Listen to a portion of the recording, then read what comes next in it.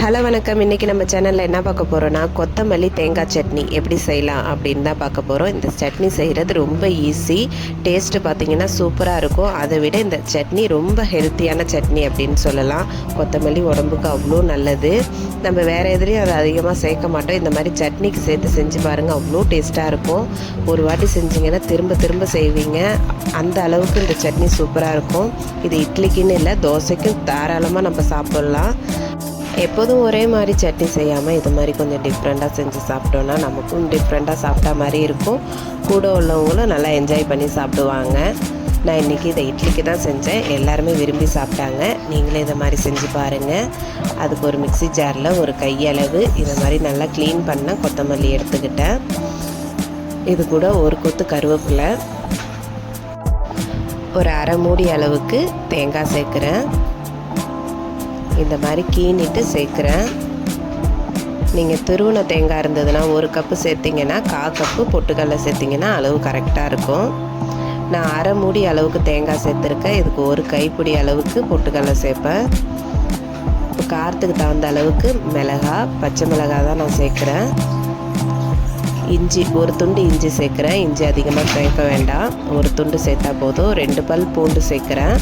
இது கூட ஒரு கையளவு பொட்டுக்கடலை சேர்க்குறேன். சட்னிக்கு தேவையான அளவுக்கு உப்பு. புளி சேர்க்குறதா இருந்தால் கூட நீங்கள் சேர்த்துக்கோங்க, புளி சேர்த்து செஞ்சால் நல்லா தான் இருக்கும். நான் சேர்த்து செய்யலை. சட்னிக்கு தேவையான அளவுக்கு தண்ணி விட்டுட்டு இதை நல்லா அரைச்சி எடுத்துக்கணும். இதை நல்லா நைஸாக அரைக்கணும், கொரகொரப்பாக இருக்கக்கூடாது. இந்த மாதிரி நைஸாக அரைச்சதுக்கப்புறம் இதை அப்படியே ஒரு கிண்ணத்துக்கு மாற்றிட வேண்டியதுதான். நீங்கள் சட்னிக்கு தேவையான அளவுக்கு தண்ணி சேர்த்துக்கணும். இந்த சட்னி தண்ணியாக இருந்தாலும் டேஸ்ட்டாக இருக்கும், கொஞ்சம் கெட்டியாக இருந்தாலும் நல்லாயிருக்கும். நான் கொஞ்சம் கெட்டியாக தான் இன்றைக்கி செஞ்சுருக்கேன். நீங்கள் தண்ணியாக ஊற்றி சாப்பிடுவீங்க அப்படிங்கிறவங்க கொஞ்சம் தண்ணி சேர்த்து செஞ்சுக்கிங்க. தாளிக்கிறத பார்த்துடலாமா?